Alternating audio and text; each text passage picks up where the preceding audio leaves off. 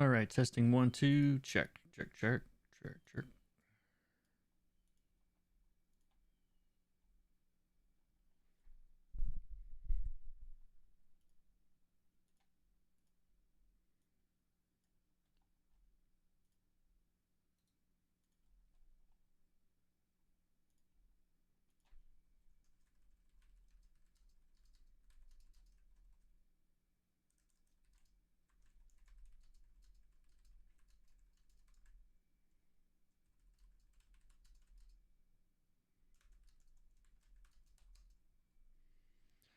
Hey, what's up, people?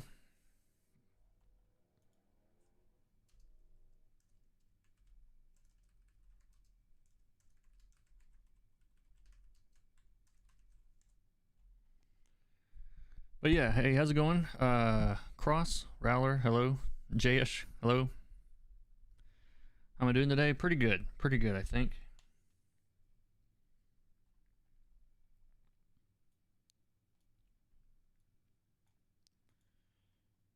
And yes, we are live. Okay, good.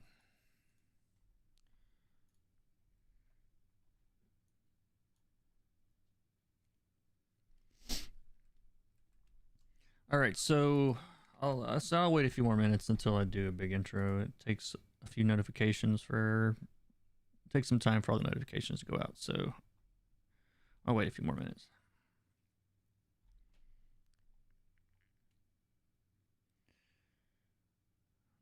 How can I practice effectively by yourself? I mean, I would just, what I do is, get books on the subjects you want to learn about and do studies out of those and practice from those and learn from wherever you can.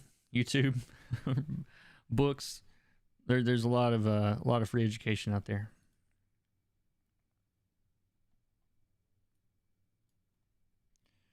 But today, this is page 10 and 11 from the plot number 7. And let's see, let me pull up a script here.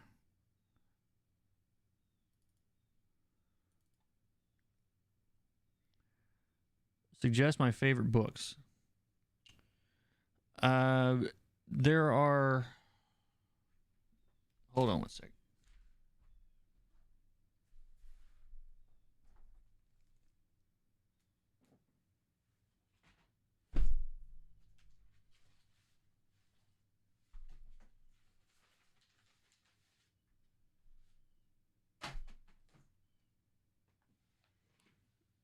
I'm missing one of them. Here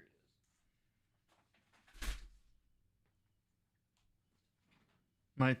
My three of my favorite books. I got them all right here. Number 1. Write these down. Color and Light. I've talked about this many times. James Gurney, creator of Dinotopia. Color and Light. Got a feathery dinosaur on the front. Get all his books, actually. Get them all and chip away at them. It'll take a while. I'm making a mess over here. But yeah, go through them slowly until you understand, until you get to something that you don't understand. And then practice everything for a couple months and then come back to it and try again. Another book I like a lot is, and that's more for color theory, how light behaves, light and shadow, color schemes, all that stuff, mixing colors. That's basically the color Bible, I think. And then for rendering, I like this book called How to Render by Scott Robertson with Thomas Bertling. Fundamentals of Light, Shadow, and Reflectivity. I learned a ton from this book. It's on Amazon. Anyway, it's called How to Render, Scott Robertson. I like that book a lot. And then my favorite storytelling book is, it's a book for film, actually. It's called Color and Composition in Film. It's by a guy, I can't pronounce all these names, Hans P. Bacher. And this is an Indian name, I believe, that I'm going to have trouble with. Senatan Suryavashi. Sorry if I screwed up that name, but it's called Color and Composition for Film. Those are my three highly recommended books if you want to learn more about color and art in general.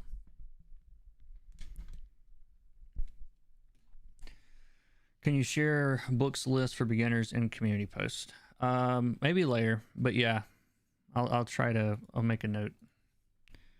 All this is in the Discord too. If you're on the Discord, I just probably need to do a video on these 3 books. I talk about them so much. That's probably what I'll do. Daisy K finally caught alive. Welcome.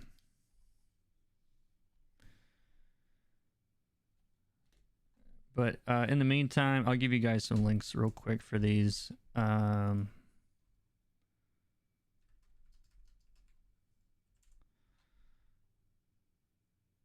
Let's see. The color and composition is a kind of a pricey hardback, but like I said, it's worth it. These are all affiliate links, by the way. I'll get like a nickel or something if you use them. It's not much. Color and composition, how to render. Yeah, I always laugh at my, like, every now and then on video, I'll have a book, and in a handful of YouTube videos, I've got some affiliate links from Amazon, and it always cracks me up when I get like the statement every month when it's like, you've made 17 cents. I'm like, great. I don't make much money from affiliate links. And then color and light. Put all these in here. And then I'll link you guys Discord invite. There's some channels on the Discord that is there's a lot of them that are free. There are some that require membership of some kind. YouTube membership, Twitch subscription, or Patreon. Daisy K is out of the loop. What is Discord? Out of the loop because you're younger or older? If you're older, remember AOL Instant Messenger? Remember chat rooms? It's basically like that, but way better. Anyway, let me get you a link. This link will be good for the next, like, what are my options here? Hour. There we go. I'm gonna cap this out. How many people are in here right now? What's going on? 9, 13. Some of you guys are probably already in here. I'm gonna put this on 10 uses. If it runs out, then anyway. There's a Discord link. Follow the rules. Read them. It's not the Wild West. So, oh, you're not old. You're 28. Yeah, Discord is it's just it's a platform, just like anything else, but it's basically a real-time chat, multiple channels, blah blah blah. If you're a paid member, you get, like, at least for mine, that you get like feedback on your work every month. You get a live class every month. There's some other perks that come along with that. But if you go to comiccolor.com, which I'll link this to. If you go to comiccolor.com, you can read all about all the different options there. Anyway, hopefully that helps. There's lots of helpful folks around there, and I keep an eye on it. Chime in when I can. All right, so if you haven't seen me work on this book before, this is a really unique process for this book because, or at least unique for me. Hold on, I got to get my magical art glove. Otherwise, none of this. That's where all my power comes from. This piece of crap, nylon, whatever this is. But yeah, it's an interesting book. It's an interesting process because the pages come to me looking like this. Okay, so much of the work has been done as far as rendering choices, values. There's a lot of the work that's already been accomplished. And so I do a lot of this early on. I usually start with gradient maps. and that way that'll work with whatever's there. Um, but let me pull up the script here real quick and just do a quick review to make sure I'm not missing something. I come to the basement door. Basements are spooky. At least they are to me. Nobody has basements around here. The water table's too high. Basements for when I was a kid, I thought like basements were something when I was really young. I thought basements were something that like you just saw in the movies. Like when I was a young kid, because I didn't know anyone that had one. It turns out they are real. They're not fictional. Let's see. Mackenzie holding a sledgehammer nervously at the top of the stairs.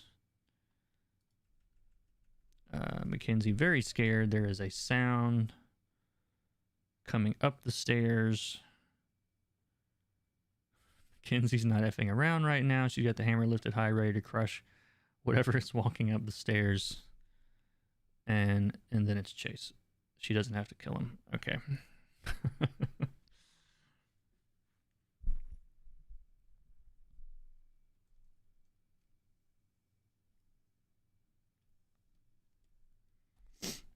You have an opinion on Affinity Photo? It's a good app for what I understand. I haven't used it much. I used it one time, honestly. I used it one time a while back. It was I was working on Postal. I still had my day job. I was in Austin. I was traveling for my day job at the time, and I was in a hotel room with no access to my computer. I only had my iPad, and so I did a quick search, trying to find someone that could actually use the create CMYK files. Trying to find a program that would do that. So I colored the pages in Procreate, exported them to Affinity Photo, and used their CMYK profile to export the TIFF files, and I guess it worked. I didn't see any complaints, but that's the first and only time that I can remember that I've ever like not looked at an issue on my home desktop before I sent it in. I don't think it's ever happened since. But that's the only time I ever used it, and so, but it seemed to be pretty full featured. You know, it seemed to do a lot. So, I mean, works for me.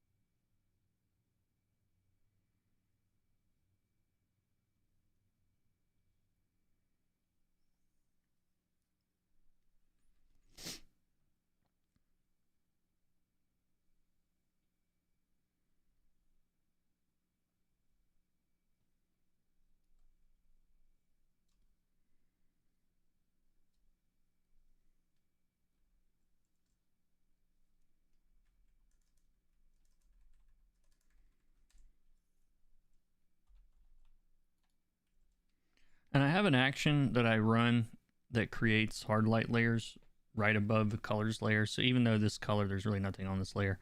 If I don't have a layer named colors, it doesn't create that it creates it right above the colors layer, which is where I usually use them. So in case you were wondering where these hard light layers just appeared from.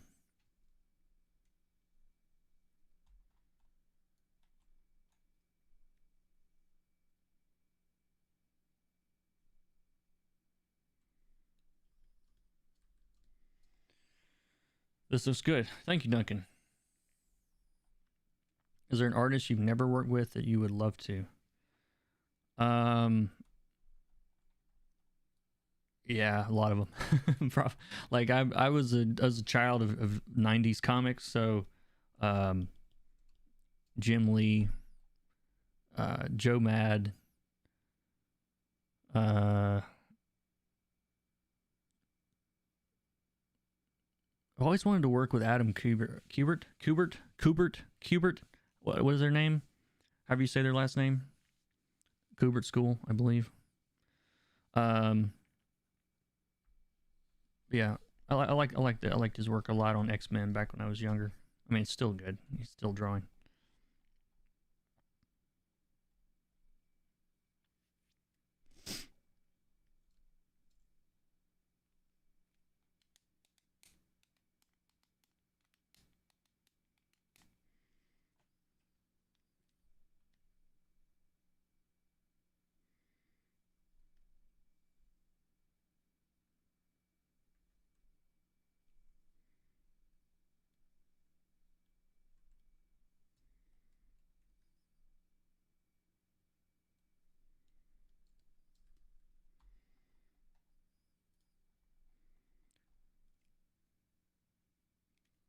Alrighty, so let's see.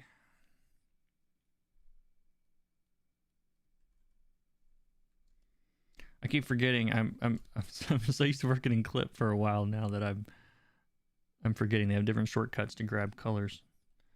Um, I'm using this instead of Photoshop or instead of Clip this time because Clip doesn't really handle gradient maps quite as well. I mean, it does have them and they work, but yeah, they it's one of those things where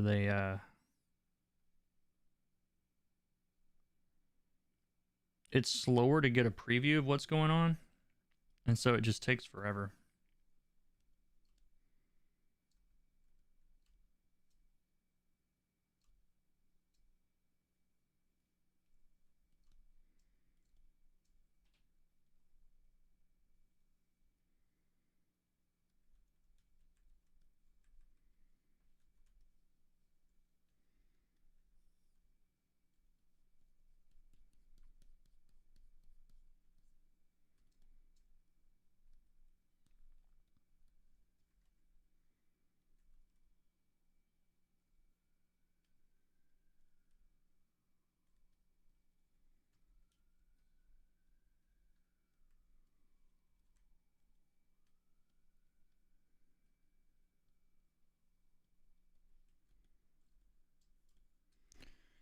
Clip is slow.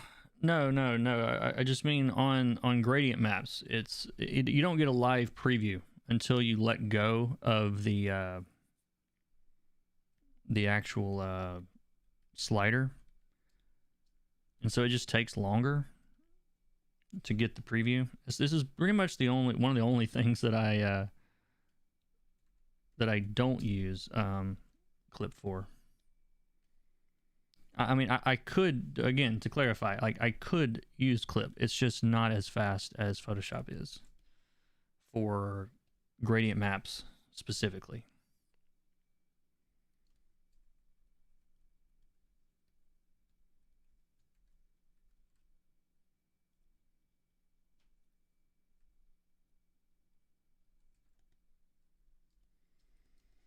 Any tips for using gradient maps on Procreate? I have not tried them yet. I know they're in there now, but I haven't had a chance to play with it. Maybe if I get these pages done, we'd do that for a little bit today, because I haven't played with the new version very much at all. That is actually not a bad idea.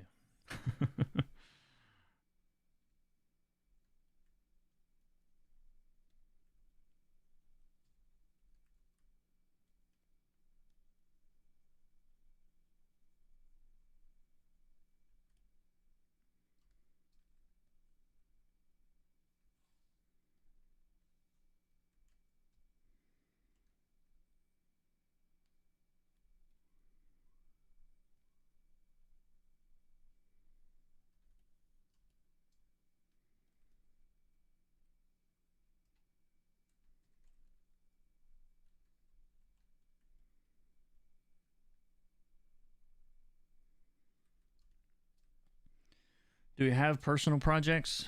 Right now, all my personal projects are YouTube videos for the most part. Um, I do I have some goals for some art myself, but in my own books and that kind of thing. But um, I just don't have time for it at the moment.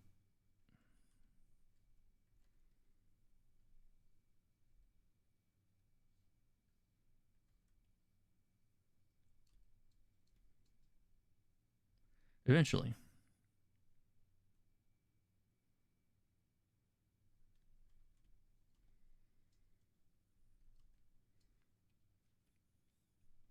But yeah, is there anybody here that's used Gradient Maps and Procreate yet?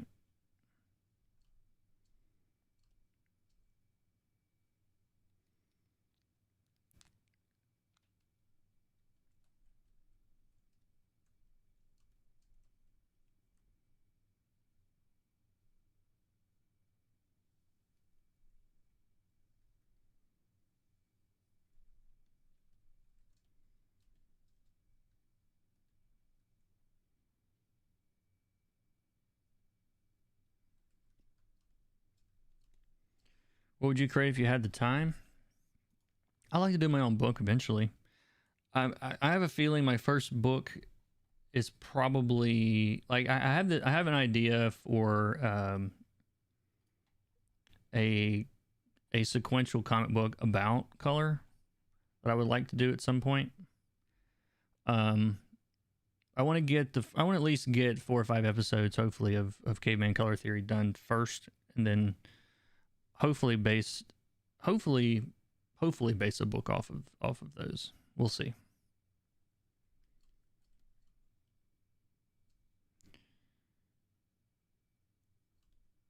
I'm also curious how to go about getting a job clients the comic industry. Yeah, it's tough. I mean, I don't there's not really a formula for it, or it would have been bottled and sold by now. Um but anyway,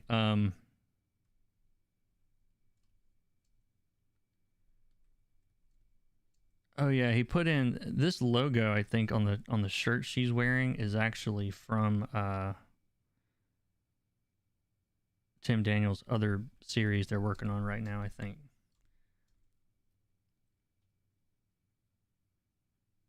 I can't remember the name off the top of my head though.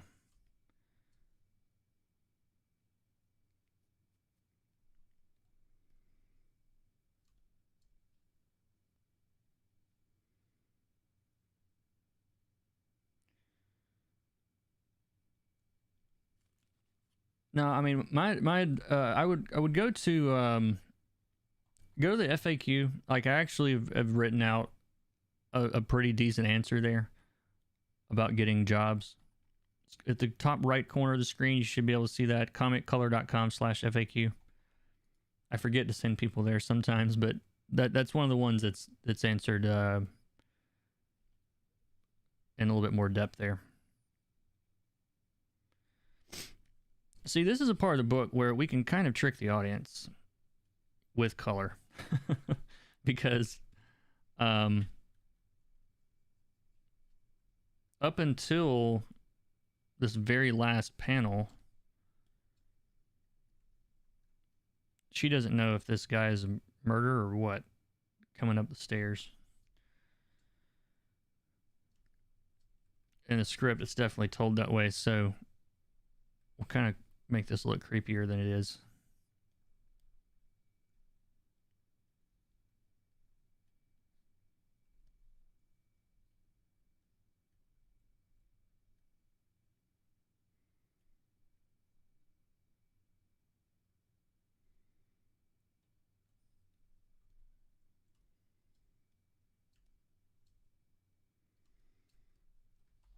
Great art and great coloring style. Thank you, Alex. Yeah, this was drawn by Josh Hickson.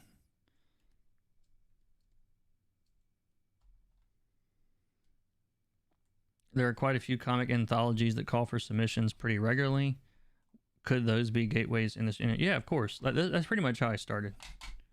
Tons of pitches and anthos and you know, lots of jobs that didn't pay anything for the first year or two. Um, there was a year where I think all I did was pitches. I mean, I think like 8 or 10 pitches in a year. I don't think any of them got picked up, but but it was. I mean, it's tough gig. But yeah, like that's kind of where I started.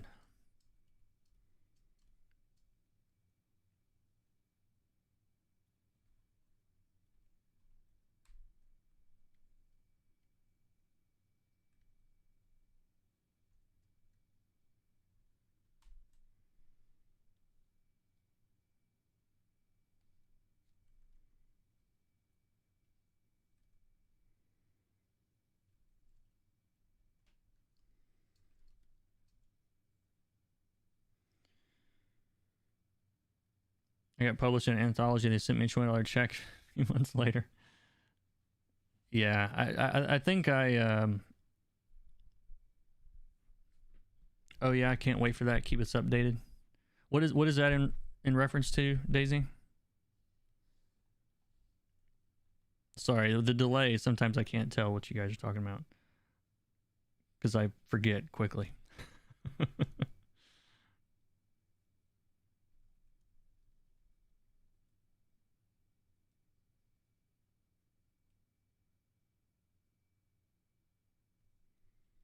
Yeah, this is a total fake out.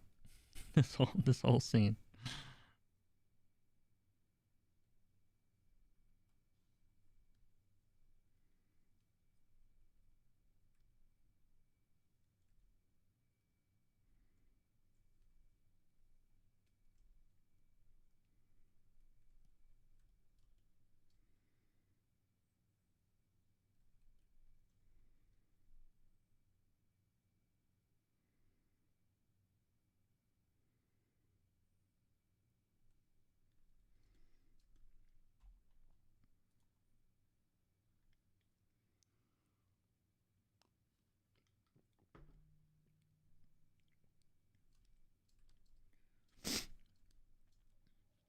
Do you think that colorists get excuse me, do you think colorists get enough recognition? Probably not. I mean, it's getting better, but so I can't complain too much. It's a lot better than it was even 5 or 6 years ago. So, but yeah, I mean, most people don't understand. Um, I don't think most readers. I say most. I don't know if it's most is the right word. I think a lot of people don't really understand what how much colorist adds, and even in the industry sometimes, like reviewers, journalists, people that should know better.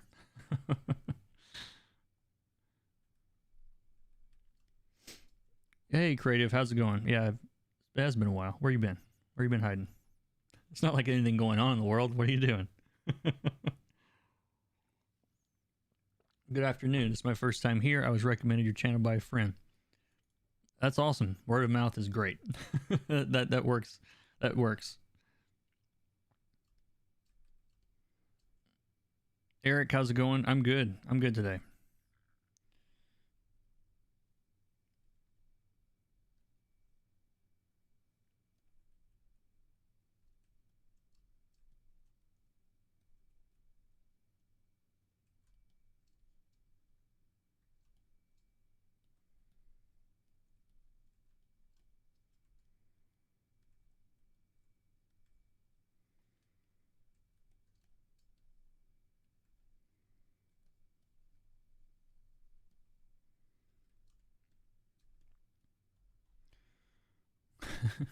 Eric says you're what? Why did it hide your? Oh, got a new Wacom Pro L. Is that a thing? It's hiding your thing because it says ass. it's a, um I haven't heard of that one. Wacom Pro L. I'm out of the. Oh, this Pro Large is that?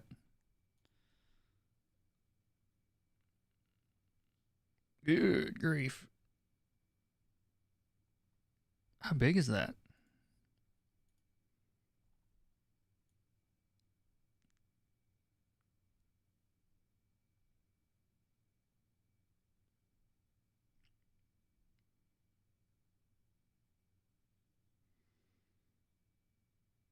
Wacom kills the magic mouse when using Bluetooth.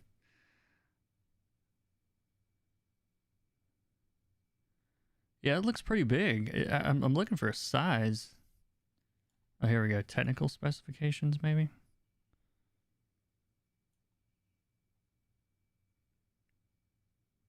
Oh, there it is. 16.8 by 11.2. Wow.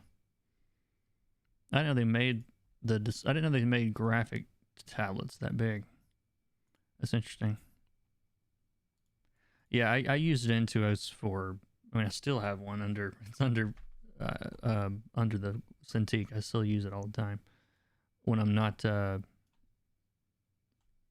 drawing. If I use it for other things or whatever.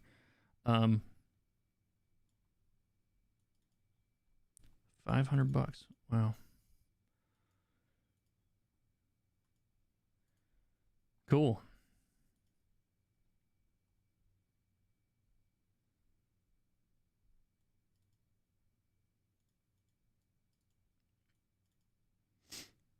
Your book. Oh, okay. Daisy, you is your internet, is your modem like like a hamster on a wheel?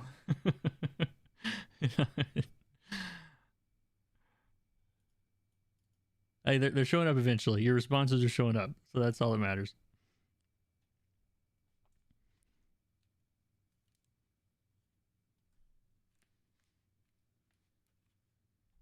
Yeah, I don't know that I would trust Bluetooth anyway.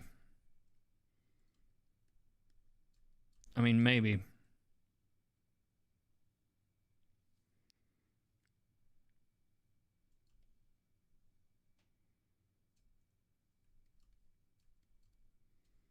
I mean, just generally speaking, I don't have any insight on Wacom Bluetooth. I've never used it, but to me that would. I mean, I don't know about the latency or whatever. I figure there's some kind of latency issue, but maybe not. I mean, obviously it's not too much of a problem, or they wouldn't be using it. But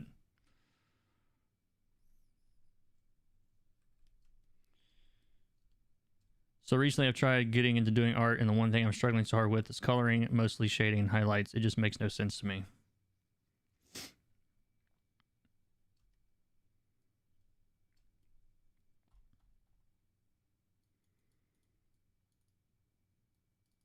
I understand. A lot of people feel that way. I see their comments on YouTube every day.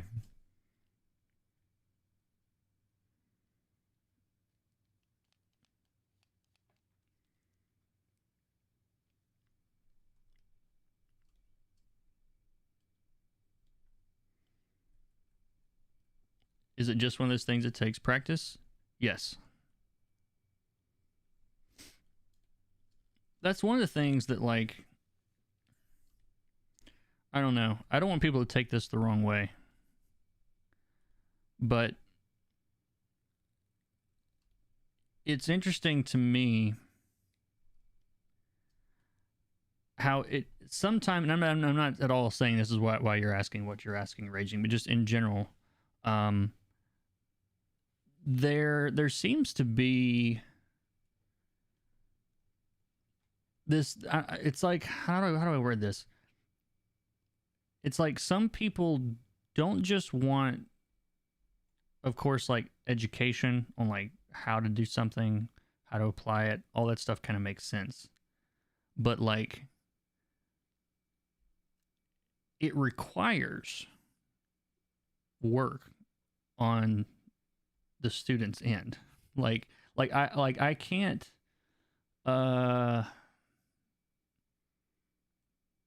I'm trying to be really diplomatic here. Based on some of the questions I get, it feels to me like there are a lot of people that aren't interested in actually practicing and like figuring anything out on their own. Like this series that I'm doing now, like with like the caveman thing, like I'm really just trying to calibrate your brain in a different way, to look at things in a different way. And that's a struggle. Like it was not an easy video to make, and it took months to make, to figure it out, and probably 9 scripts that all got thrown away. But like, it's like if I show one example, there's questions about the opposite of it. You know, if I show example A, someone asked about B. You know, if I show sample C, someone asked about D. It's like, try it. It's like I bite my tongue in comments. I'm very nice in all my comments, but I sometimes want to say, like, I don't know what happens when you do that. Just see what happens. Like, try it.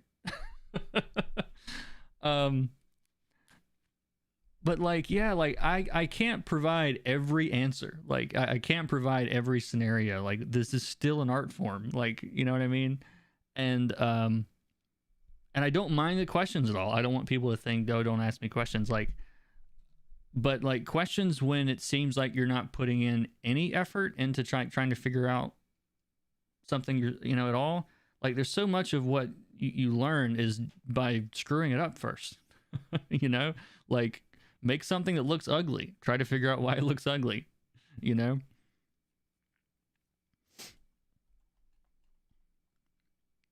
The first video was super helpful. Awesome.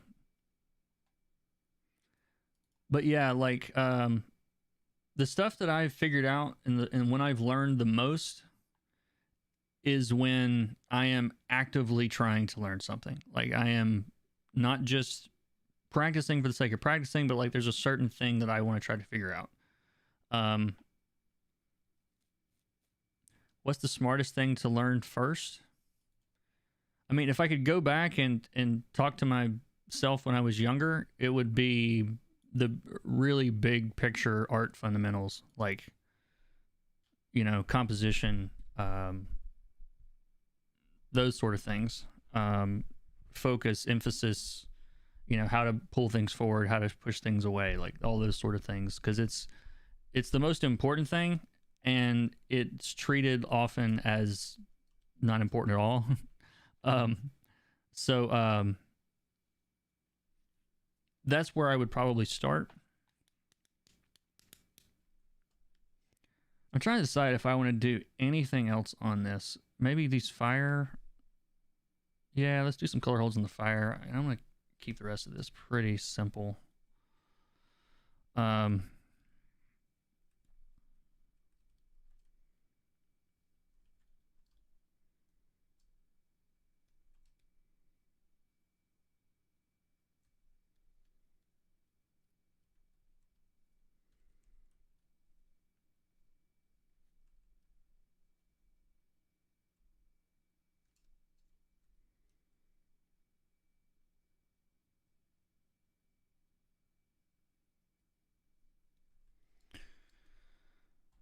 Do you feel that Photoshop will continue to be the foremost program for coloring comics? I know Clip Studio is on the rise. I mean, Clip Studio doesn't do CMYK. Like, I mean, this question comes up all the time, and do go to the FAQ link at the top and read my full response there. But until someone else can do CMYK for print, Photoshop's not going anywhere. Like, it's just not.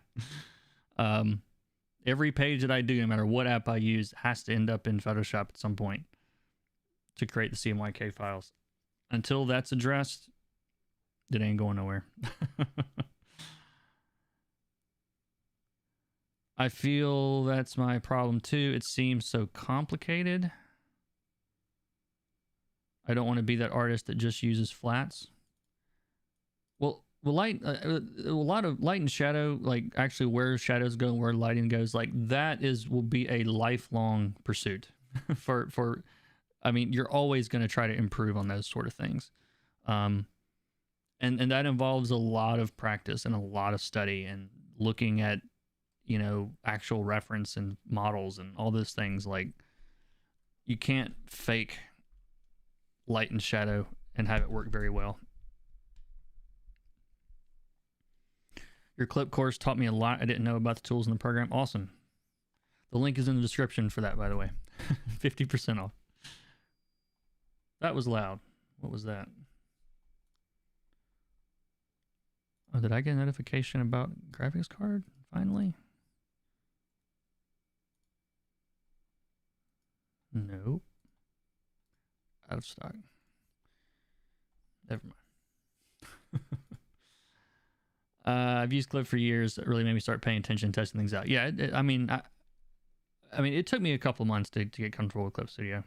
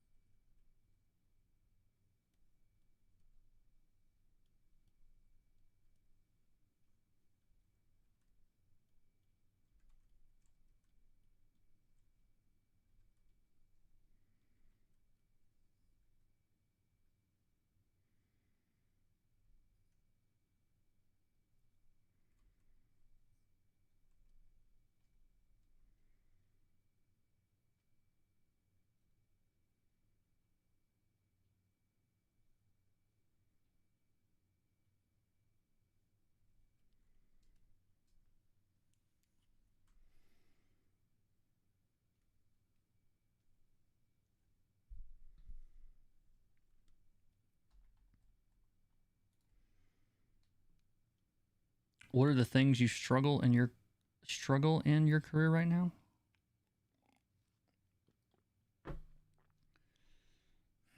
I mean, me personally, I'm trying to figure out how to grow my YouTube channel right now. That's been a struggle for a long time. I've tried lots of things over the years. Nothing's made too much of a difference. And so I'm trying to go a little bit broader than I usually do on the new series. I mean, it obviously uses examples from comics, but it's way more general than that. Like, you could apply those lessons to any kind of art. I think any kind of visual art. So that's something that has always been a struggle for me. That's my biggest one.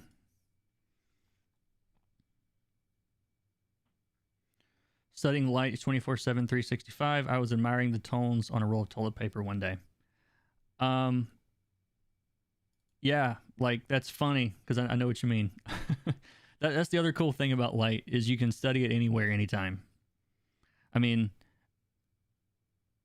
if you're in a room that has a light source and has shadows, look at them. Like, figure out why they are where they are. Why are they the color they are? I constantly do things like that. You know, inside, outside. Like, I was noticing earlier, I looked out the window and there's this big oak tree in the backyard, and the way that the angle of the sun just happened to be hitting a lot of those leaves at like just the right angle, is you have this super bright reflection coming off this whole section of leaves.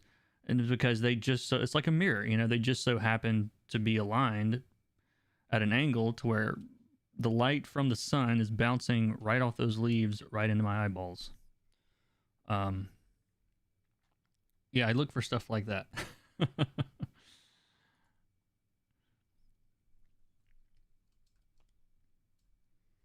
Hello?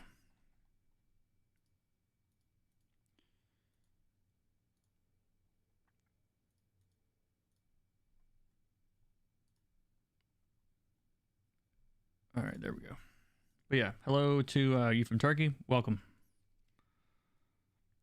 All right, I got to read the script here for a second, guys. Give me a second. POV on the basement door, darkness, down the stairs, barely any light at all.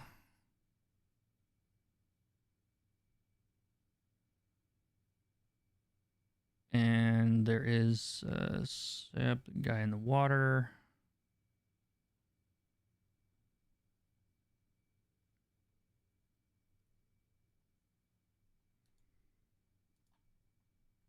Okay, spooky. Just spooky all around.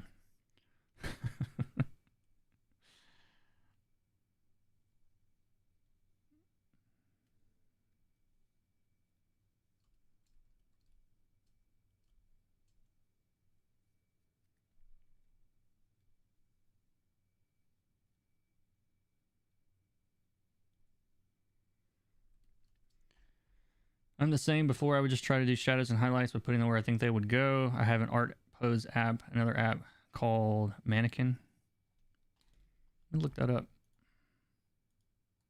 I like Handy. I've done a video on. I did a video on that a while back. I know Handy's really good.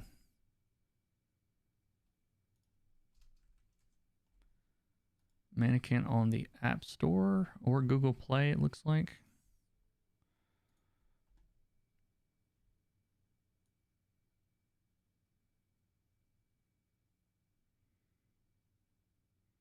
Cool. This looks really in depth.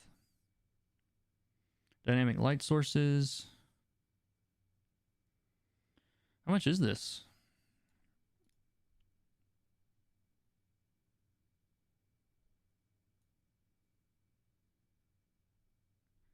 I'm going to push this onto my phone. Apparently for free. I guess if you want to like add stuff or whatever, you got.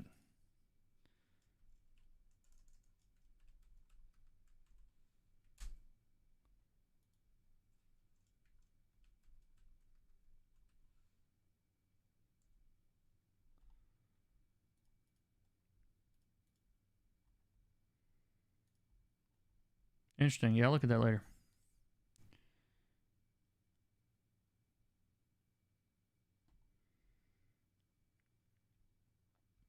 When I was in college, the animation course and went on color theory, which I bombed. One thing I remember was hearing about the rule of thirds, but what is that? The rule of thirds is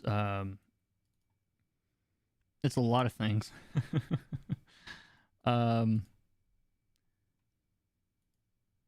the rule of thirds basically states, I mean, like positioning on a panel or a canvas or whatever. Like if you were to, I mean, this is one of the ways that it works anyway. If you divide your image into thirds, a lot of times on these points, like if your focal point is in those areas or around those areas, you know, it's just more aesthetically pleasing to look at than, you know, if your thing's over here in the corner. But like some people would use it for like the amount of light versus the amount of shadow, let's say. Like maybe it's a third light and 2/3 shadow, or vice versa. Like it's just an interesting way to kind of break up your art. Lot of ways to do that though. Like it can be applied in a lot of different ways.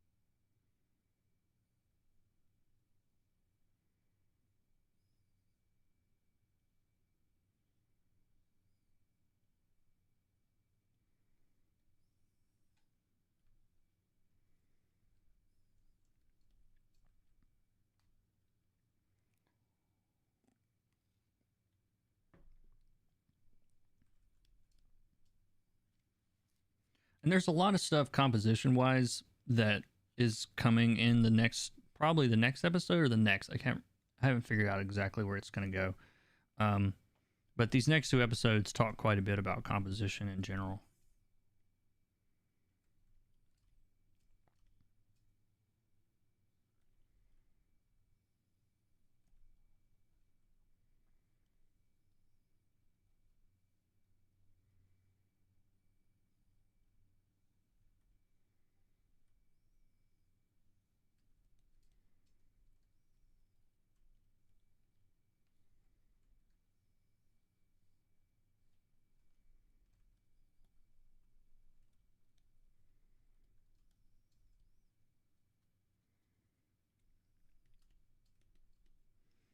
What do you suggest for coloring a comic book anthology cover?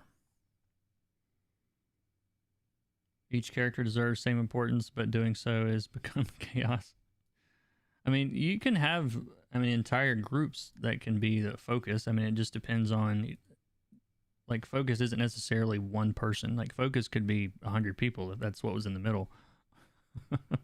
but but yeah, I mean, it depends on. I mean, it depends on the layout and a lot of things. But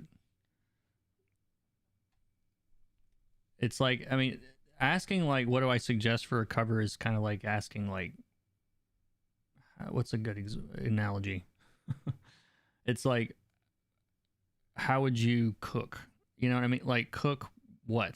Cook how? In what? Out kitchen? Outside? Like there's way too many questions that come with that. Um, so yeah, I don't know. That's a tough one.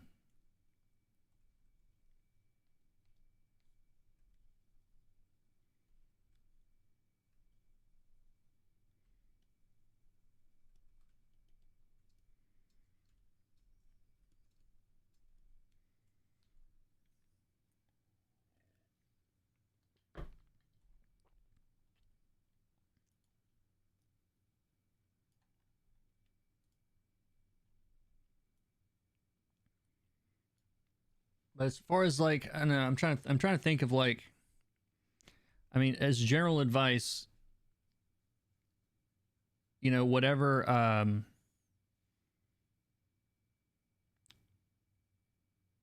you're coloring, you're trying to balance areas that are um in that are close to each other color wise, as far as like similar in value, similar in saturation, similar in hue. If the colors are similar to each other, they tend to not stand out from each other. And on the opposite end of the spectrum, if your values are far apart, if your saturation values are far apart, if your um, hues are far apart and next to each other, then they tend to draw attention. Um, that's really, really generic advice, but that's that's true though.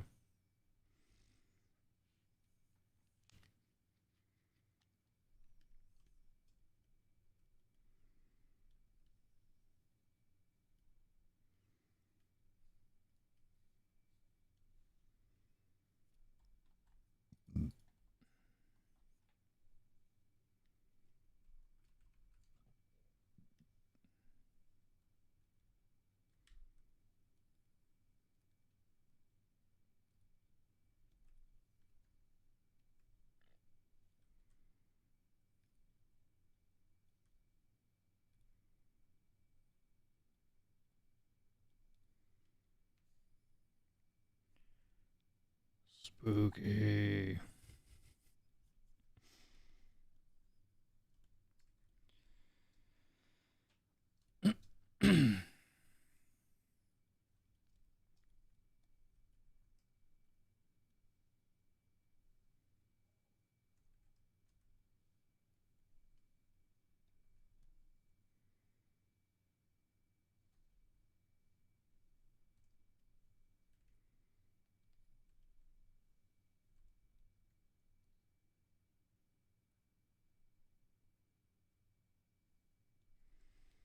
There, now we got some blue outside the door, green inside the door. So we can tell a little bit of difference there.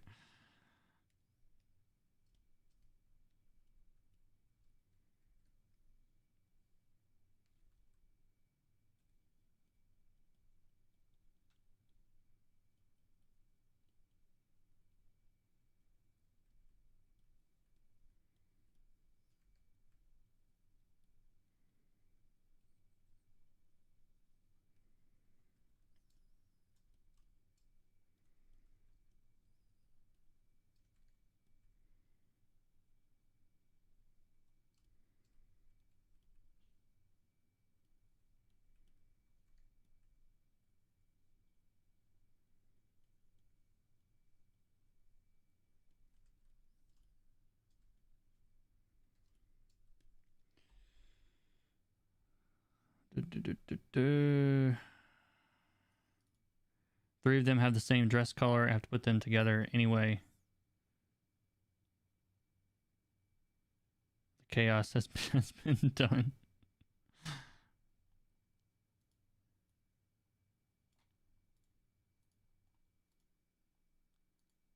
Alrighty, so do I have any other? I don't think I have any other pages of this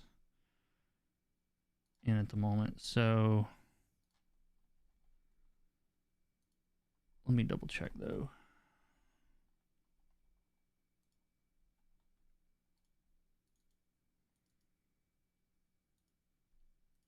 Oh, we do. Never mind. Fantastic.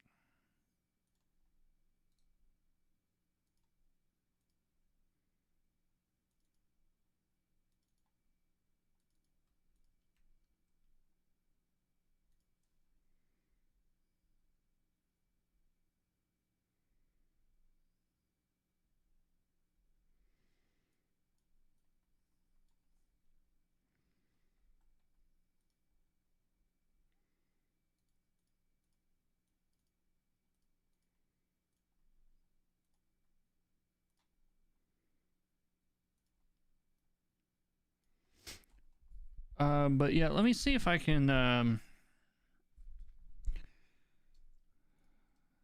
Who was it that was asking about? Yeah, cover color. Well, this kind of applies to anything. But let me see if I can find something to show you guys. Something that might help. And I'm going to be using something like this probably in the next episode. So you can tell me if this makes any sense or not. Let's see. There was one.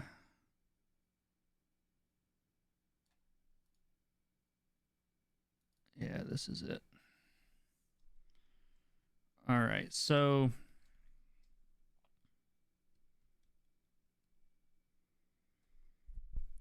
this is a painting by Craig Mullins, if I'm not mistaken. I'm now questioning that for some reason.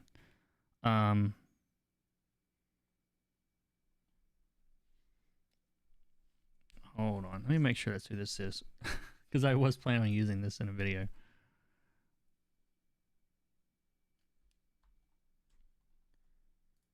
And I can never remember how to do the Google image search thing.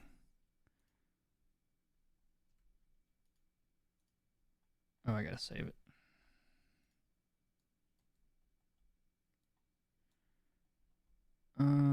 Hold on one second.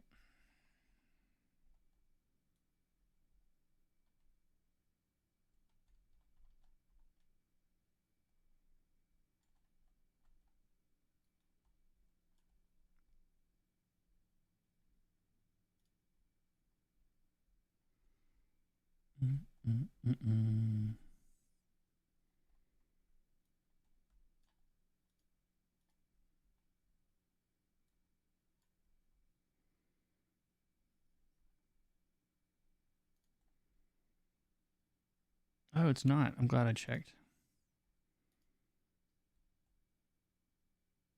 Oh, it is. Never mind. That's the name of it is Grand Sorum. It is Craig Mullins. Okay. So, hey, Kurt, hope you're good. Hey, Masato, what's going on? So, there's so many lessons that you can learn from this piece. Going back to what we talked about in that last episode of the Caveman color theory, hopefully you guys have watched that. You all watched that, right? But first off, notice where the darkest parts of the image meet the lightest parts relative to each other, okay? So like the darkest thing on the painting are all the things you're seeing in this plane, okay? And when I say this plane, I mean this rock and her, okay? We see that? So this whole thing is everything you see here is darker than anything you see outside of this, okay, value-wise. Which makes sense because the lighter we get going in the background, you can see it's getting lighter and lighter.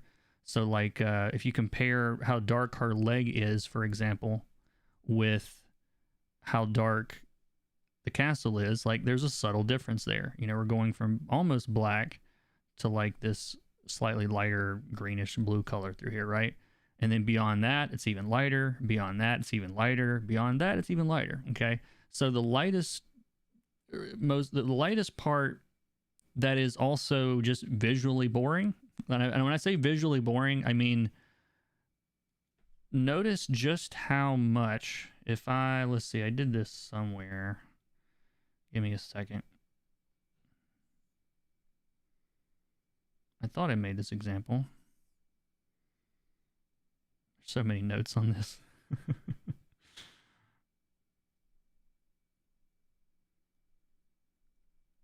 Maybe I didn't. So, loving this piece. Yeah, it's a great piece. So, notice what else is different, though, about this area, okay? It's also the warmest thing on the page, okay? Like, you got these brown tones and red tones, and if I pick some of these colors and put them out here, like, it's really obvious that all of this is significantly warmer than what you're seeing in the background. So just those two things. So like he's layering two types of contrast. One is the value. So we're comparing these darks with these lights right behind it. We've got warm versus cool. Pretty much the entire background is cool, or at least cooler than what we're seeing in the foreground. But I want you to notice, if you take them out of the equation, okay? Like if I paint her out of this, and I don't even want you to notice that she's there, and we'll include them in this too. I want you to notice just how visually uninteresting the area is right behind the area that is your emphasis of the image. And if you think about this logically, that makes a whole lot of sense, okay? Because if you've got something that is a focus and it's something you want to draw attention, then it needs to be distinct from everything else on the canvas. And so it's distinct by being darker, it's distinct by being warmer, and it's distinct by really just being the opposite of what's behind it. So like looking at everything behind, you know, all of these values are very, very close to each other, okay? Like if I pick some of this stuff behind it, right behind the character, these values are all basically the same. I mean, there's a few differences here and there as the clouds get darker as you go up or whatever. But I mean, immediately around the character, there's not much happening visually. And that's intentional because there's so little going on in the background, it makes it very easy to have something in the foreground, to have something for that to stand out against. Because if you think about it, you only have two ways to go behind the character. Like if this is the focus here, sorry, this thing keeps popping off and I can't click on it. If that's your focus and you want people to notice it, what are you doing behind it? As little as you possibly can. Okay? Like, I know that sounds kind of simple, but it works. Okay? So on a very large scale, macro scale, I guess you want to call it, whenever you have that idea of something in the center that you want to stand out, that you want to be a focus, that you want people to notice, that makes your art look interesting,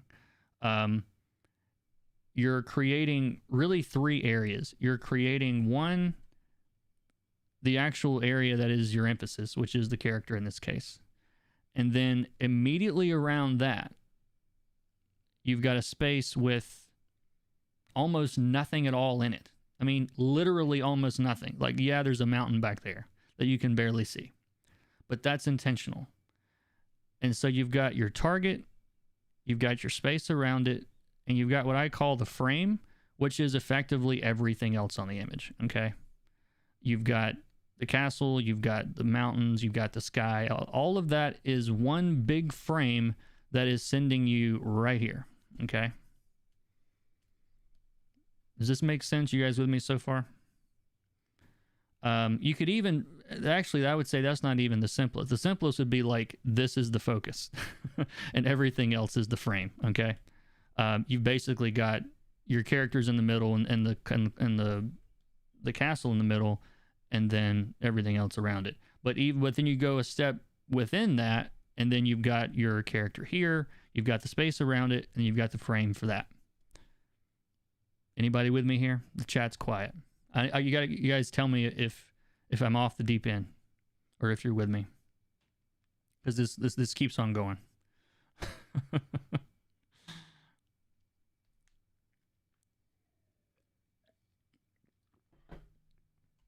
I got one. Got it. Questions, comments, concerns. I'm gonna keep rolling. You guys stop me then if I stop making sense. I'm with you. Don't know how silly this sounds, but are there general preferred focus areas or dynamic areas? Yes. Every single piece of art you've ever seen has a focus. It might not be a really strong focus, but it has a focus. It has some emphasis. Okay.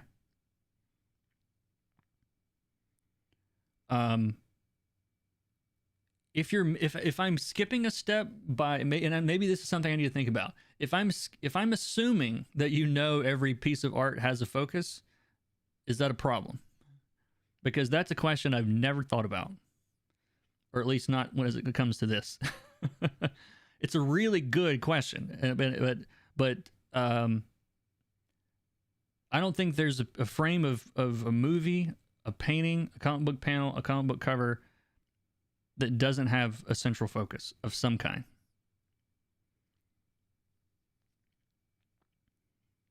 Not at all. Just new to the art world. Okay, that's fair. So this is where it gets interesting to me, is because if I come in here and what am I doing? Oh yeah, these are notes to myself. You guys are seeing here. Why isn't... Oh, yeah, I know what that is. Let's label that. I made this just to show just how little was happening in the area around the character. I did that separately. Let's see what... that we won't get to that green just yet. That's more target frame stuff. Where am I looking for? Right here. Okay, this is what I'm looking for. So I took 50% gray, I think is what that is. Yeah. And I painted out that entire plane with all the characters on it. And I want you to notice, so let's say, for example, let me back up. If I turn this off and I look at the whole range of possible contrast across this entire image, as far as like lights to darks, we've got this really light white, little thin white spot over here. Everything else is, the brightest parts are really not that bright, but the darkest parts do get pretty dark. So across the whole image, we've got a pretty big range of value, right? But if I get rid of that central focus of this, and this is really just an exercise to get you guys thinking about this, the same principles are now applied to everything else. Okay? Now, this is our target. This is our frame. Or a space around it, I should say. And then everything else would be the frame, really. But you're applying the same rules, except everything is turned down. Okay? So like before, we could have all the sliders turned all the way up. We could have as dark as we want, as light as we want, whatever, as saturated as we want. But if we take that out of the equation, which is what I've done with this big gray spot here, all we've done is we've shrunk the values that are used. All right, we're no longer using the dark end of the spectrum. Okay, I'll draw this out real quick. All right, so this is basically as dark as it gets, which is basically black. effectively black. All this over here. There we go. And then on the light side, we've got that. And so the whole image, this is the range that's used. But once we have established that, then we can start breaking up the rest of it the same exact way. Now this is our target. This is our space. Everything else is framing this castle now. And all we did, now the darkest part is what? The castle? Maybe these rocks over here, but they're not really a focus at all. There's nothing that bright next to this dark color. But these brights are pretty bright relative to the castle. So, but look at how light that value is. Maybe this green grass down here in the very bottom is a little bit darker, but as far as like focus wise, where our focal point is, we're significantly lighter, okay? Because we're further in the background, we've got more atmosphere to deal with. So that's, you know, making everything a little bit fuzzy. So we've squashed the dynamic range is the term of that. They use the term for that light to dark. We've squashed that down. There's very little warmth at all in this. I mean, like I said, there's a little bit. I probably could have painted out that mountain too, and this would have made a little more sense. But there's very little warm at all, and what is just over here on the side in a place that is nowhere near our focus. And so think about how this is limited.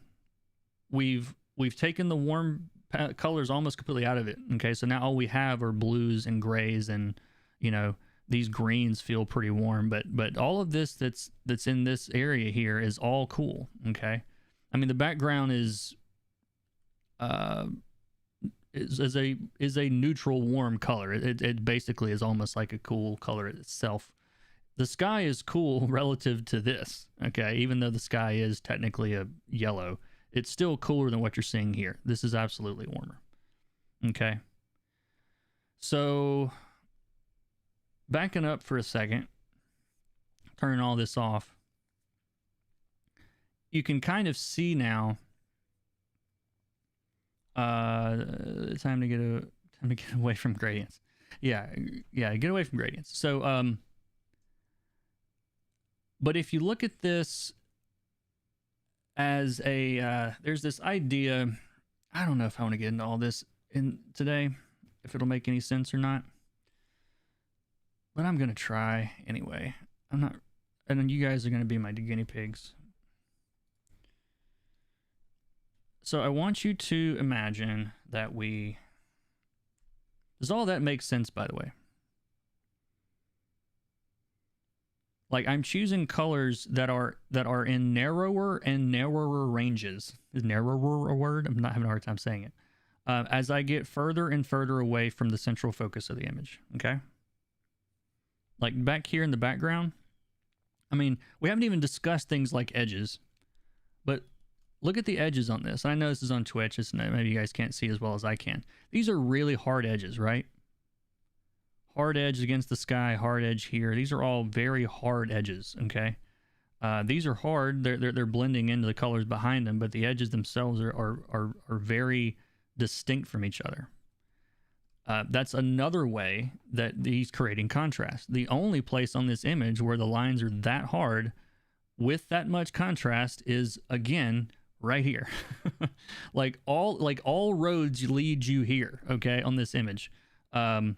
If you can compare that to like back here, there are no hard edges. There are no really distinct colors lining against each other. Like, these are all in a really similar range, except for these one little reflection back here. All of this is in a very narrow range. This entire section is all very, very similar. All this stuff. So your eye just kind of looks past it. He doesn't do anything interesting in the sky because it's reinforcing this part. So to me, this kind of has, there's this flow to it, okay? And if I take this and I'm going to probably do this in VR or in Blender or something for the next video, or the next, or whenever I decide to do this section. Sorry, this canvas is tiny. I'm sure there's a faster way of doing this than what I just did.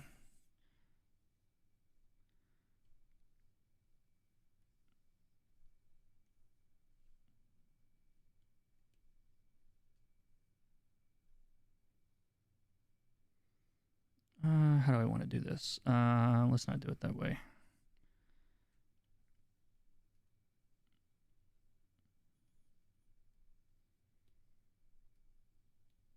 I literally have never tried this, so we're about to figure it out at the same time. There we go. Okay. If I do this, this, and this, and this. All right. So I want you to imagine that this is like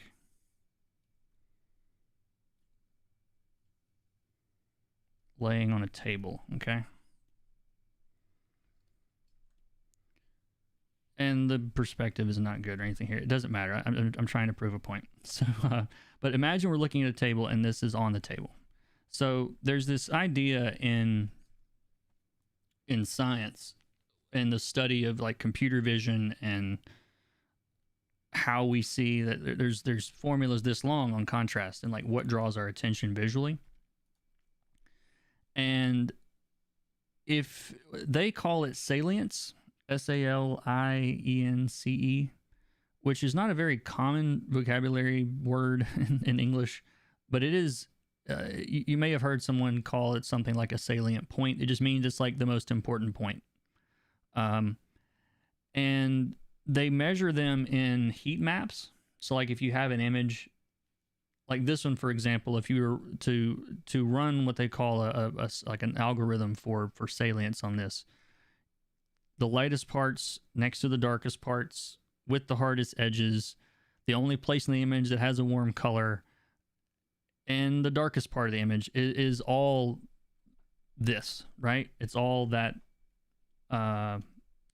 this area, right?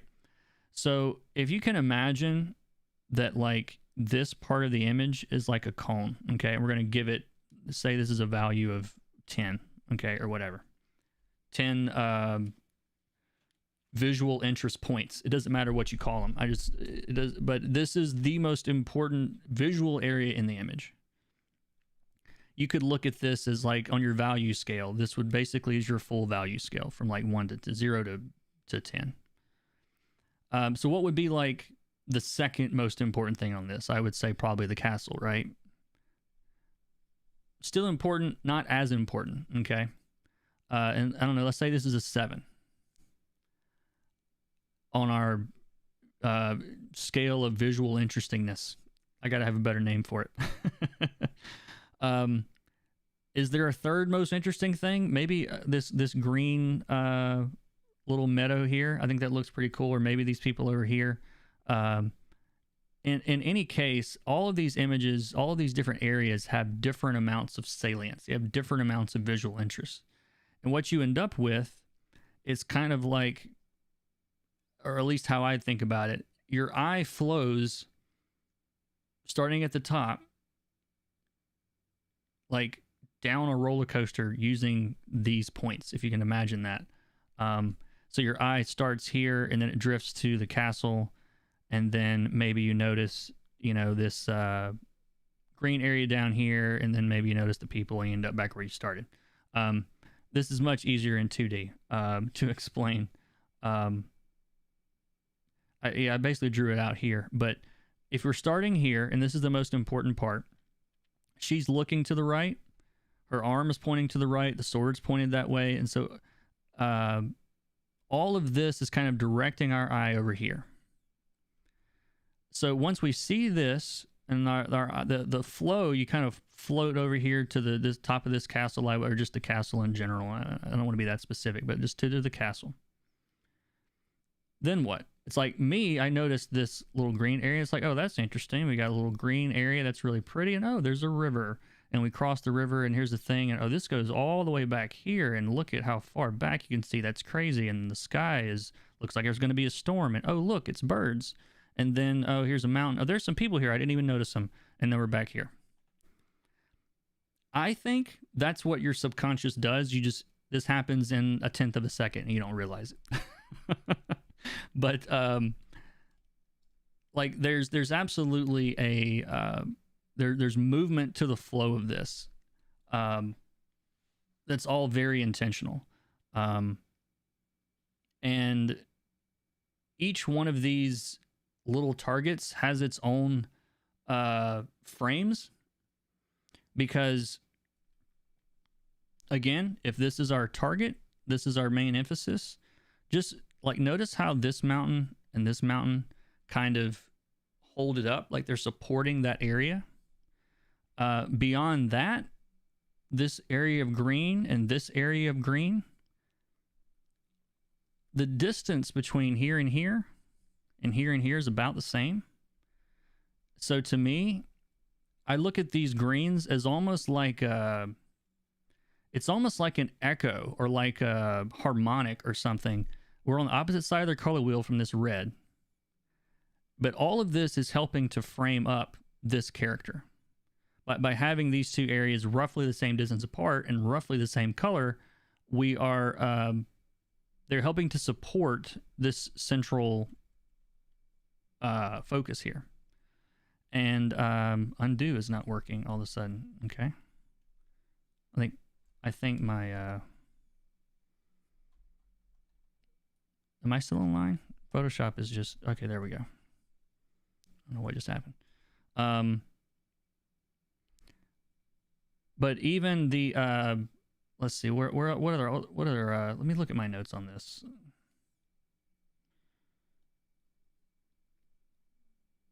Oh, that was the green I was telling you about.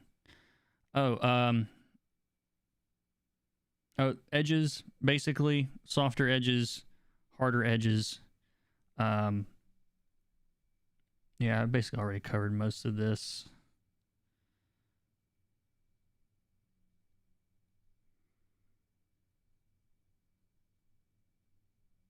Oh yeah. Someone asked about rule of thirds earlier. There's several ways you could break this down, but in that background for the castle, I would say the light is about a third of this castle and the rest of it is in shadow. But the idea though that you're gonna, if you start looking for this in your own artwork, not even your own artwork, just anybody's artwork, frames of movies, like however you want to look at it, start looking for these things. Start looking for areas of emphasis, the space around it, and how it's framed. Like what frames all of that. Because what you're going to find is you're going to keep seeing the same things over and over. You're going to see areas that are meant to be visually interesting. You're going to often see them surrounded by things that are very uninteresting. And the whole thing is, you know, it's, what's the word? Fractal, I think is the word. Because we could zoom in on just about any section of this and have the same conversation. Like if I go into, I'll tell you what, let me go and jump into ArtStation real quick. And let's look at some random stuff. Is this helping? The chat gets quiet and I don't know what's going on. Hey Agent Bear, how's it going?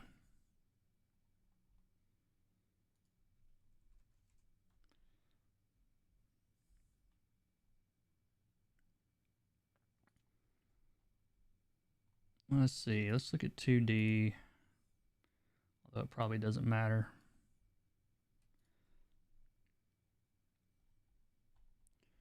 Very helpful. Cool. And I've talked about this on some streams before, so if you've heard some of this recently, I apologize, but I really need to help.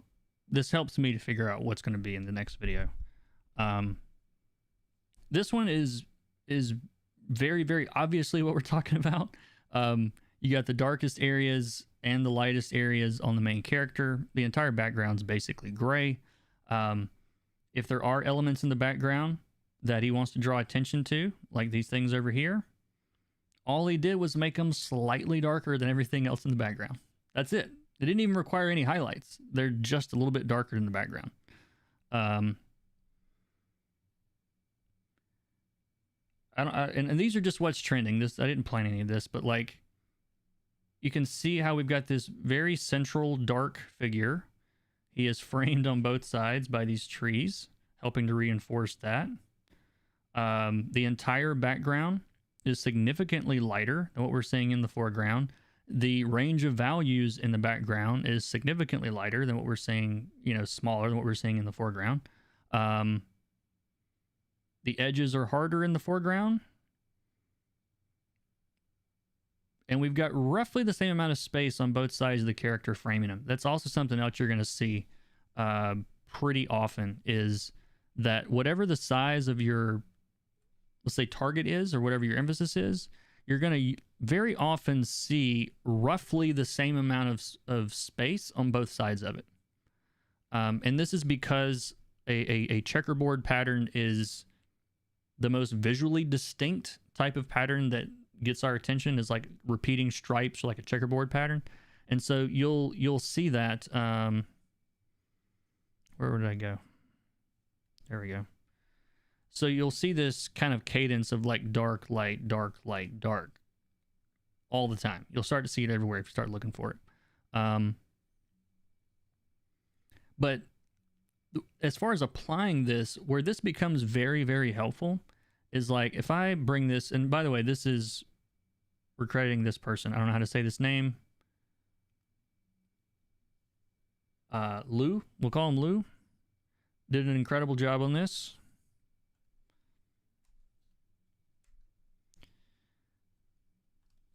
So when he decided, let's say he's trying to decide what color this area of his suit is, or what color this shoulder is. When you've established that all the colors in this area are going to be this dark, you can see them bouncing around the color wheel there, but they're all like right here. Okay. And this is a painting with no line art, so it doesn't matter how dark the colors get. But everything lives in the same place. We're changing values, we're changing hues all over the place. They're jumping from red to blue to green and all over the place. But the values of those colors are all basically the same. So what do you surround it by? You surround it by colors that are lighter, in some cases much lighter, but nowhere surrounding this guy do we see colors that are as dark as he is. I mean, we do way over here on the edge, but that's helping to frame this. That's not part of the target. So this like entire background is in a very, very narrow range of value. And so if we broke this down into target, and really this entire thing is just space. I mean, there's stuff in it, but yeah, it's basically just space. And then it's framed by, you know, these two trees on the side. Well, now if we go in here and just get rid of all of this, what do we have now? I forgot his horn sticking out here. But looking at this now, and let's like pretend for a second this is the entire painting, this is all we're ever going to see. The same exact principles apply all over again. We still have an area that is a focus. We want people to notice this house back here, this building or whatever this is, or these buildings in general. But you see how all these values are very similar? All these values are very similar. All of this is very similar. And the place that it's different is the place that the second and most important thing on this image, I would say. So each plane of the painting you can break down this way. Let's look at something else. I'll look at something with like actual background. Here, again, check it out. We've got this dark spot framed by other things that are dark, and everything behind it is lighter than what you're seeing on your target. And as we get further in the background, we're getting less and less contrast. We even got a little thin stripe of light grass kind of through. Realize you guys are not seeing my mouse when I draw on it. We got light through here. It's helping to frame this up. So again, we've got that dark, light, dark, light, dark. You're seeing that repeated again. But just notice how similar all of these values are. Because when it comes time to like pick a green, let's pull this back into Photoshop. Who is this, by the way? Jade Saber? I don't know how you say his name. Fantastic stuff. But when he's over here trying to figure out what color green he's going to use, do you think he is remotely anywhere near the top part of the color wheel with any of these colors? Like, by planning the values, like, he has significantly decreased his options for his colors. He does, like, because this guy knows this entire section. Again, I'm just kind of mousing around here. You can see where they all fall on the color wheel. They're all bouncing around that bottom left-hand corner, right? So think about how much easier it is to find colors that work for that area, because he's ruled out like 85% of the colors over here just by making sure that the values are where they're supposed to be.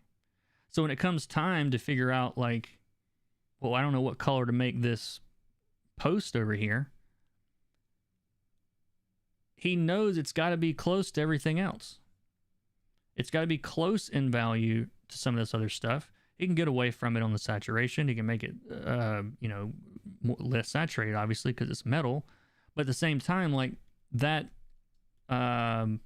light pole, like, doesn't stand out in any significant way, because he'd already established, I'm going to have dark colors over here in this section. Sorry.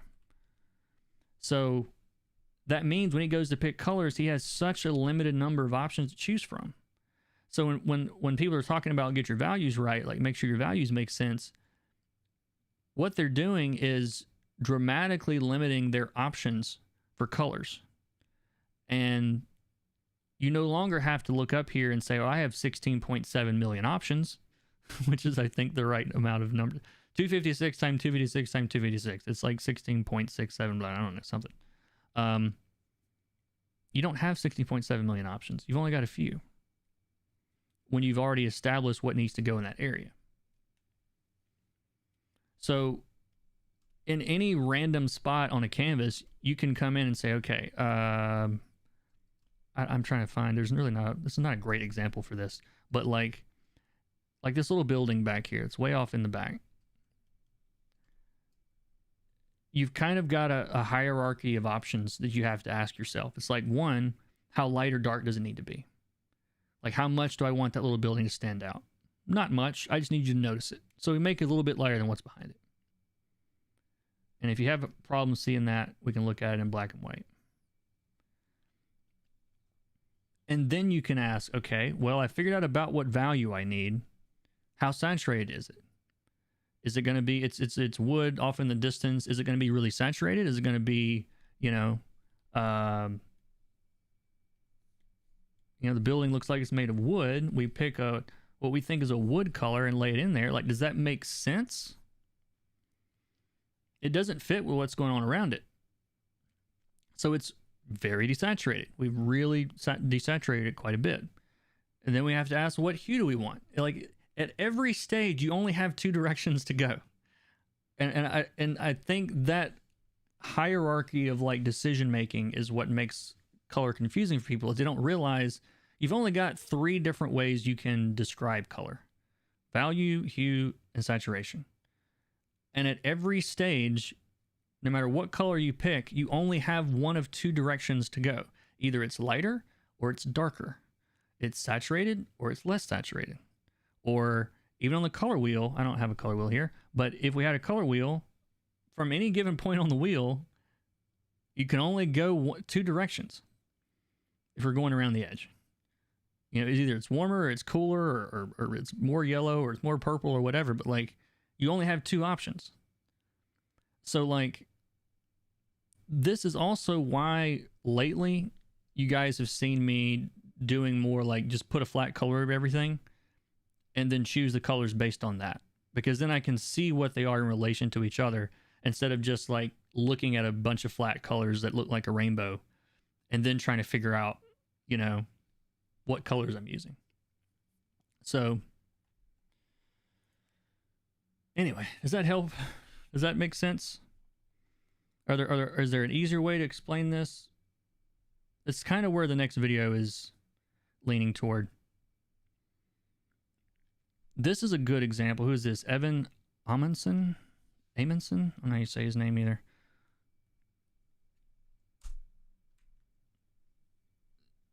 This is a good example of, we really only have a target and a space. All right, on this, at its simplest, we have this young man here. Sorry, this brush is so slow. And then we've got everything around it, right? Everything around it's all pretty simple. But even if we zoom in on just the target level and just looking at the emphasis of the canvas, there is still a gradient of contrast here. You can see where the light parts of the image are. The lightest parts are, you know, right here on top. The further we get away from that target, this sort of looks like an old mouse. The further I get away from that target, the less the contrast is. So like up here, if we compare like this color on his head, which is, you know, it's basically going all the way to white, with what's right behind it, there's a lot of contrast, right? These warm colors next to these cool colors, like there's all these different ways that we're creating contrast. We've got some yellows in here and some greens and some blues, and this is a very high contrast area of the canvas. And the further we get down, those dark colors, those really bright colors aren't there anymore. So now we're all dealing in midtones. Okay, none of these colors are as far apart from each other as the ones up at the top. And as you get even further down, there's almost no contrast at all. You know, these are basically all the same values in the background, on his boots, and on his... I'm color picking a lot of different colors in here. You can barely see them. So even within the focus of this image, just within the target area, there is a hierarchy of, you know, target, you know, and then everything that's framing it coming down.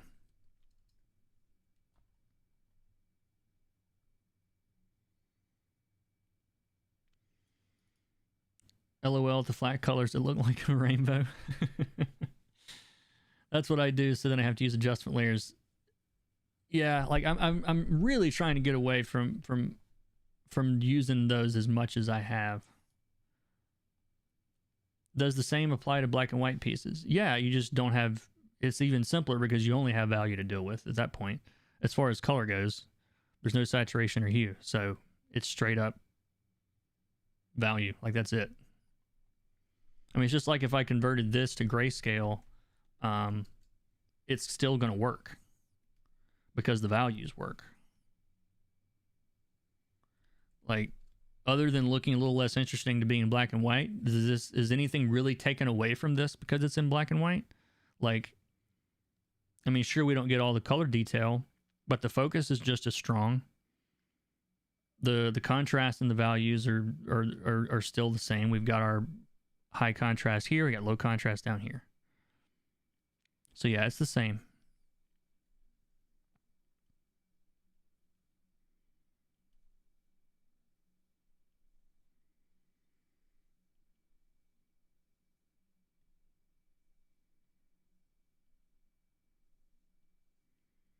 You guys looking anymore? Am I beating a dead horse? This should be really obvious to you now when you look at this.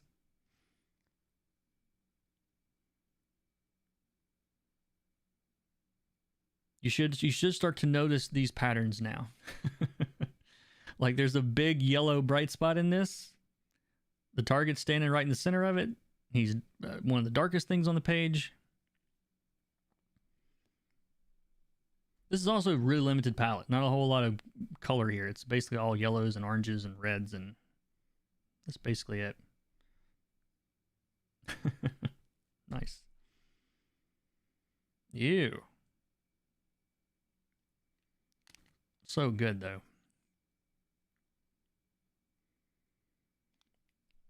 This is a good example for edges. Like on one side of this woman that really doesn't matter.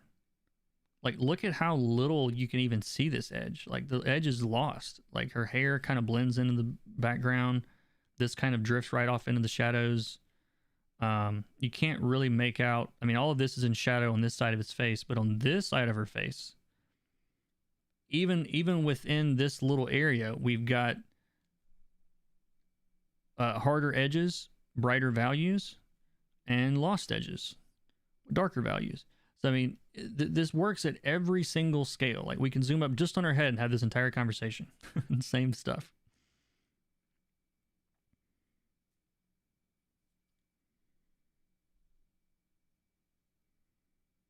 That's cool.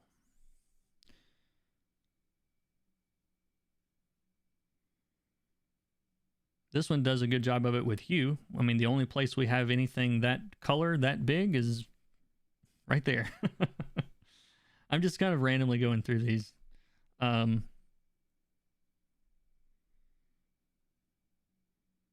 some cool stuff on this site.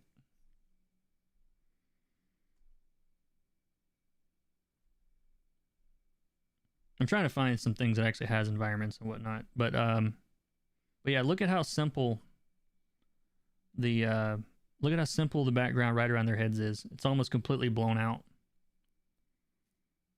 There's almost no detail at all.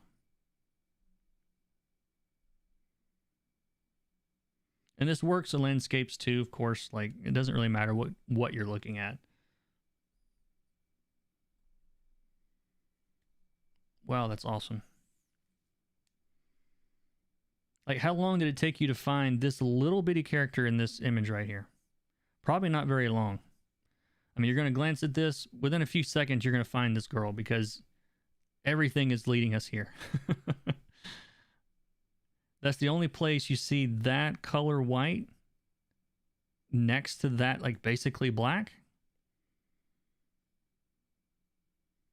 There's a lot of white in these clouds, but they're not next to anything that dark. They're next to a blue sky, which is lighter.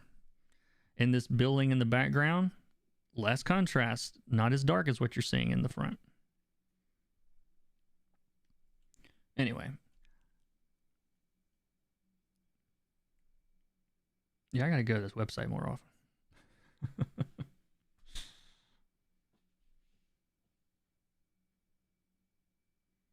Yeah, I feel like this was made to discuss what we've been discussing. The dead horse is beaten, I think. Let's do some more coloring.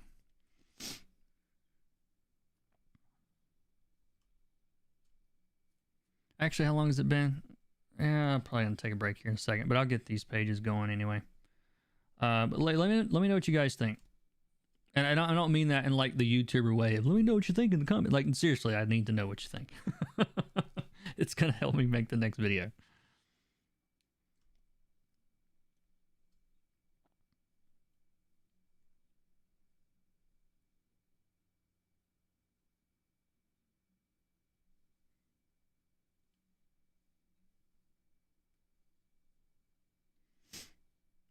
I did think it was funny in the last video. I made a like I asked at the very end of the video, like, does this make sense? I found out if you ask people if something makes sense in the comments, they will tell you it makes sense. If it does, anyway. Like I had so many comments. This makes sense. I'm like, okay, good. I thought it was hilarious. I'm like, why is everyone? This makes sense. It makes sense. Like so many videos. It took me a minute to realize. Oh wait, I asked him to tell me if this makes sense or not, and so they answered. So it was good.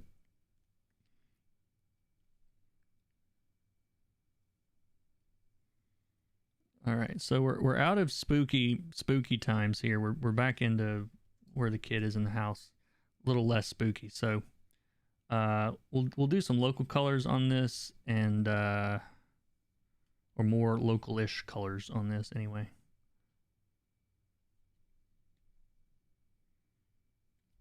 I need to see.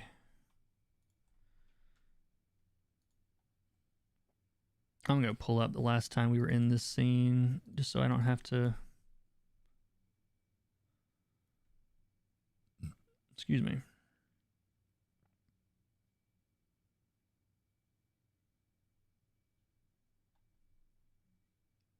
All right. Yeah, it's pretty much all blue. It makes a lot of sense. Thanks. Yeah, okay, good. I'm all leading you in a direction. Like these first 3 or 4 videos are really just to calibrate how to think about this so I can actually get to the parts I want to talk about. It's so abstract that it's going to take me a couple of videos to get there.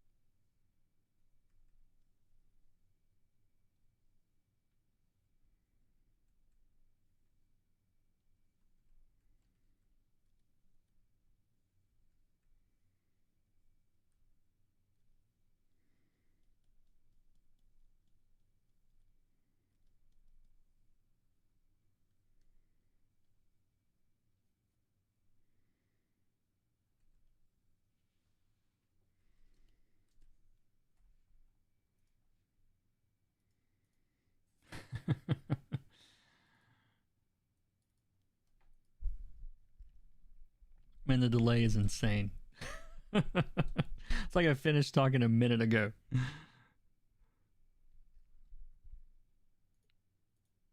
I'm just curious, and once one person does it, that's fine. But when you hear me say the number 1, type 1. I'm curious about something.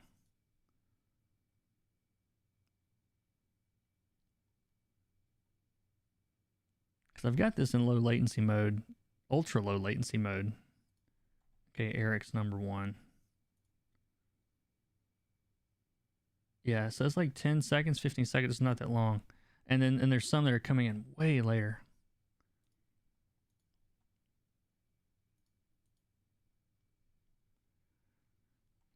I don't know. Daisy, check to see. Make sure you're actually watching live. I think the DVR is running. You might be a few minutes behind.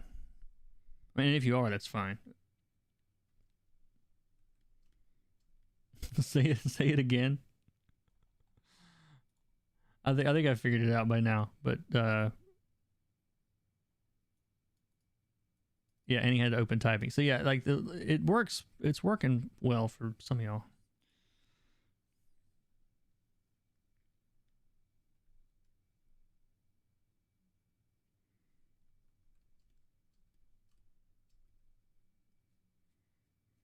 Cool. Yeah, y'all. Most of you guys are just a few seconds behind me then.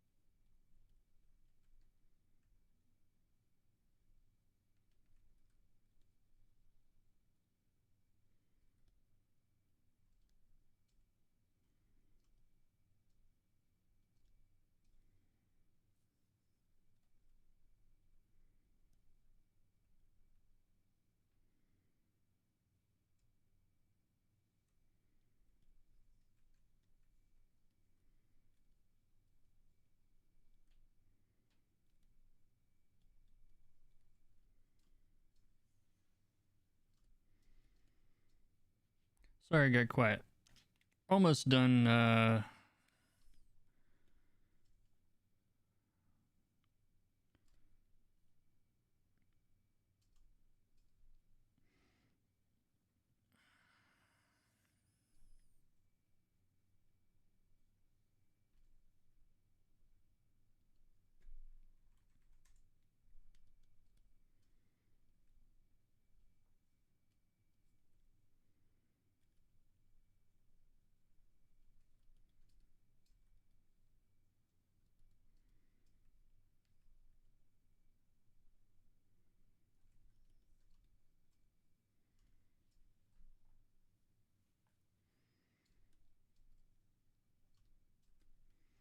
Yeah. Any questions you guys have, or feel free to hang out. Either way, I'll try to answer any of them that come up though. I'm terrible at figuring out things to talk about on stream. If you guys haven't figured that out yet, when I'm not like raving about some color idea.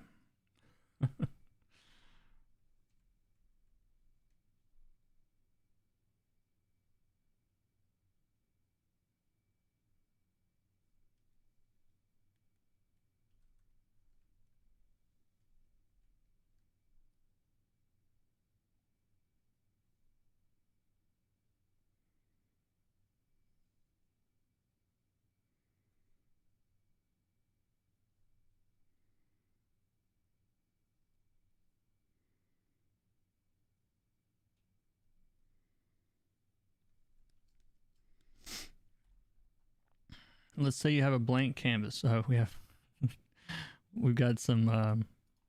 Sounds like a test question. And you're painting a cabin in a snowy environment. Do you already know what the right colors to pick for the cabin, or do you have to play around with the color picker? I mean, it's again broad question, but I mean, I don't. I mean, there's always. I don't think you should worry about whether you like completely nail the exact color on the first attempt. Like, I don't know of anyone that, you know, I mean, unless you have tons and tons of experience, are you just gonna like pick the right thing immediately? Um, Understanding how to get there though is useful. Um,